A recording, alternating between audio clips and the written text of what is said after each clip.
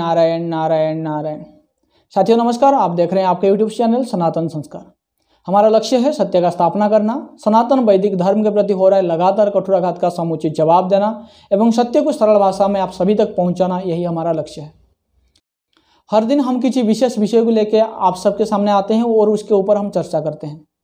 आज का विशेष विषय है कि एनडीटीवी बिक गया है, उसको अडानी ग्रुप ने खरीद लिया है। लेकिन इसमें विशेष क्या है? विशेष काफ़ी कुछ है। इसको समझने के लिए आप इस वीडियो को अंत तक जरूर देखें और इसको बहुत ज़्यादा लोगों तक जरूर शेयर करें ताकि हमारे ये विचार लोगों तक पहुंच पाए और लोगों में जागरूकता आ सके। इस घटना से कुछ ग्रुप में बहुत ही खुशियां हैं और कुछ ग्रुप में बहुत ही रोने की स्थिति बन गया है। उन लोगों ने अभी खुशी है कि जिन लोगों ने एनडीटीवी का रिपोर्टिंग से बहुत परेशान थे। आप सब एनडीटीवी का रिपोर्टिंग तो जानते ही है। जहाँ कहीं भी कुछ घटना घटता है और एनडीटीवी हमेशा उसमें तिलक कलावा और शिखा ढूंढता है।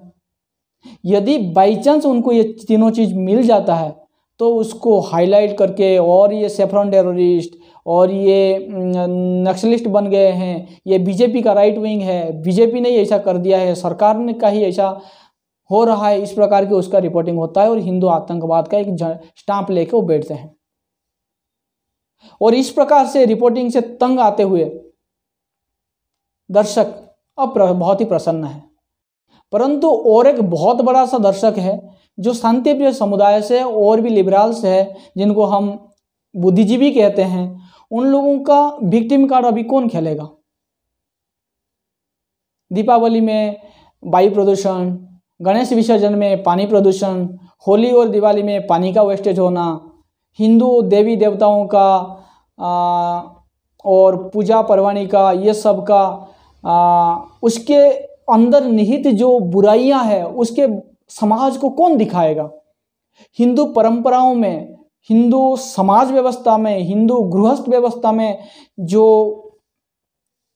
कष्ट है स्त्रियों के प्रति, नारियों के प्रति, उनकी बिंदियां डालने के लिए उसको फोर्स किया जाता है। इस प्रकार जो दुख है, कष्ट है लोगों के मन में, वो सारे कष्ट को समाज के सामने कौन दिखाएगा? ऐसे लोगों को अभी बहुत रोना पड़ रहा है, उनका मन बहुत ही दुखी है। इसी बीच मुझे भी इस विषय से बहुत दुख है और चिंता का कारण भी है। आप ये पूछ सकते हैं कि अरविंद भाई आपको इसमें क्या दुख है, आपको क्या चिंता है, आप तो प्रसन्न होना चाहिए। परंतु ऐसा नहीं है। हमारा लक्ष्य और फोकस हमेशा राष्ट्र के प्रति है, हमारा समर्पण हमेशा राष्ट्र के प्रति है।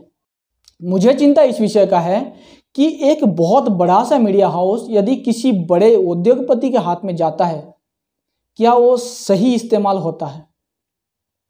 क्योंकि जब हम कई बार देखते हैं कि आज कई और कंट्री में और हमेशा देश की और विदेश की हर जगह पे बड़े बड़े उद्योगपतियों ने ही बड़े बड़े मीडिया हाउस बनाए हैं, उनको खरीद के रखे हैं ताकि उनके विषय पर मीडिया चले। राजनीतिक पार्टियों का ही मीडिया हाउस है ताकि उनके बारे में ही बताए।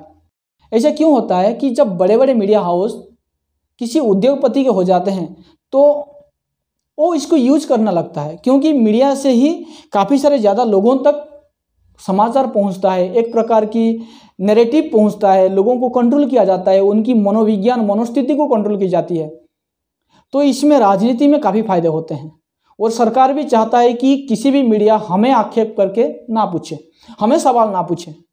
तब वो क्या करना पड़ता है, मीडिया के जो ओनर है उनके पास जाते हैं, तब वहाँ डीलिंग भी होती है कि आप हमारे लिए कुछ करो और हम आपके लिए कुछ करते हैं।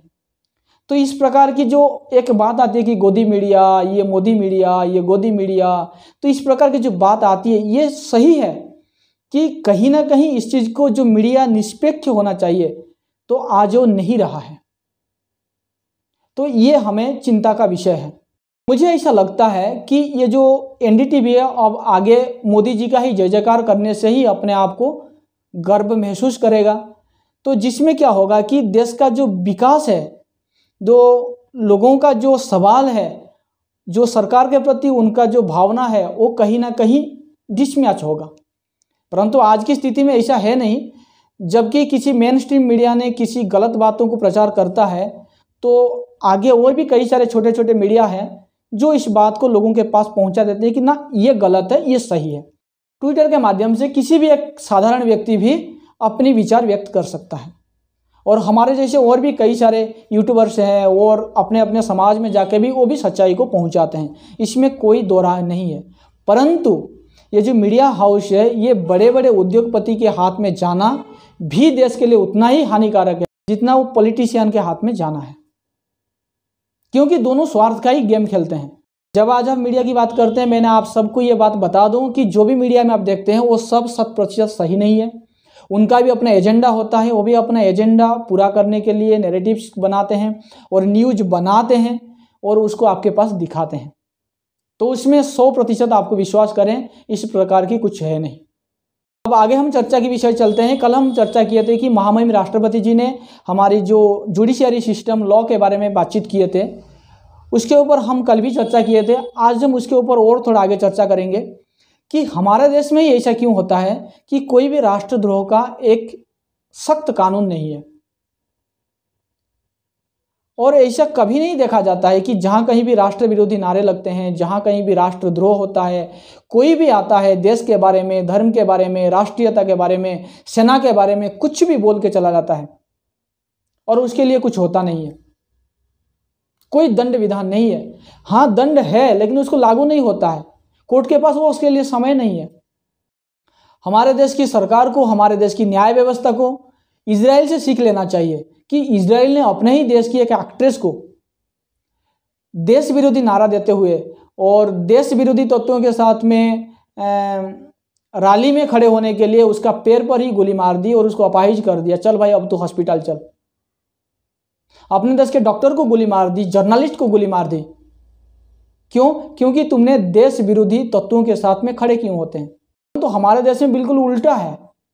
आप चिंतन करें कि जो भी देश विरोधी नारा देता है उसको सीट मिल जाती है इलेक्शन में, जो भी देश विरोधी नारा देते हैं वो पब्लिसिटी पा जाता है। सस्ता पब्लिसिटी के लिए कोई कुछ भी कर सकता है। अब रिसेंटली आप देखिए कि उस अभिनेत्री के बारे में, पता नहीं अभी तक तो हम उसके नाम भी नहीं सुने थे, लेकिन सेना के बारे में जब उसने उल्टा पुल्टा बयान दिया, कमेंट किया, उसके बाद में हम जाने कि हाँ वो बॉलीवुड में ही काम करती थी। तो इस प्रकार के लोगों के लिए हमारे देश में सख्त कानून क्यों नहीं है? क्या हमें ये नहीं लगता है कि इस कानून को हमें पहले बनानी चाहिए? क्या ये सारे चीजें सुप्रीम कोर्ट के पास आता नहीं है? क्या उनके कान नहीं है? परंतु सुप्रीम कोर्ट के पास में ये सब चीजों को समझने के लिए टाइम नहीं है, सरकार के पास में ये सब के लिए टाइम नहीं है। लेकिन सुप्रीम कोर्ट के पास में मंदिरों में कितने चढ़ावा जाते हैं, वो मंदिर का चढ़ावा को स्टेट को देना और उसको पब्लिक के लिए काम पे लगाना, उसके लिए समय है। सुप्रीम कोर्ट के पास में दीपावली को फटाखा जलाने से कितने वायु प्रदूषण होता है, उसके लिए समय है। सुप्रीम कोर्ट में हिंदू परिवार योजना के तहत आपको कितने बच्चे पैदा करना पड़ेंगे, उसके लिए समय है। दूसरी तरफ आप कितने भी कर सकते हो, कोई प्रॉब्लम नहीं। सुप्रीम कोर्ट के पास में और भी कई सारे जरूरी मसला है, परंतु सुप्रीम कोर्ट ने इन सब मसलों में अपनी राय व्यक्त करने के लिए आसान समझता है। तो ये हमारी न्याय व्यवस्था है। कल जब हम बातचीत कर रहे थे कि पूज्य आसाराम जी बापू के बारे में, फलाहारी बाबा के बारे में, दारा सिंह के बारे में, इनका केसेस के बारे में, क्योंकि हाई प्रोफाइल है और काफी लंबे वर्षों से ये चल रहा है। सुप्रीम कोर्ट के पास में इन सब के लिए समय नहीं है, बिल्कुल ही समय नहीं है। इनको फास्ट ट्रैक में लेके जाने के लिए बिल्कुल ही समय नहीं है। परंतु उसी सुप्रीम कोर्ट के पास में ये समय है कि मंदिर का चढ़ावा कहाँ जाना है। अभी अभी सुप्रीम कोर्ट ने जो पारित किया है कि जहां कहीं भी हेट स्पीच होगा तो पुलिस को तुरंत उसको अरेस्ट करना है। यदि आप अरेस्ट नहीं करते हो तो ये फिर आपके लिए कार्रवाई होगा। इस प्रकार की जो वर्डिक्ट दिया है सुप्रीम कोर्ट ने, इसके लिए उसके पास समय है। कहाँ हेट स्पीच हो रहा है, और हेट स्पीच क्या हो रहा है कि जब कोई व्यक्ति किसी व्यक्ति का, किसी समुदाय का, किसी जन समाज का निंदा करे तो उसको आपने तुरंत अरेस्ट कर लो। परंतु उसी सुप्रीम कोर्ट ने खुद जब हेट स्पीच देता है उसका कोई कुछ नहीं बोल सकता है। फॉर एग्जाम्पल के लिए मैंने बताऊं, जब नुपुर शर्मा ने बताया कि मेरे लिए चारों ओर से जो एफआईआर पड़े हैं, आप सारे के सारे एफआईआर को एक जगह पे लेके आ जाओ ताकि मुझे आसान होगा और मैं एक जगह पे ही जा पाऊंगा।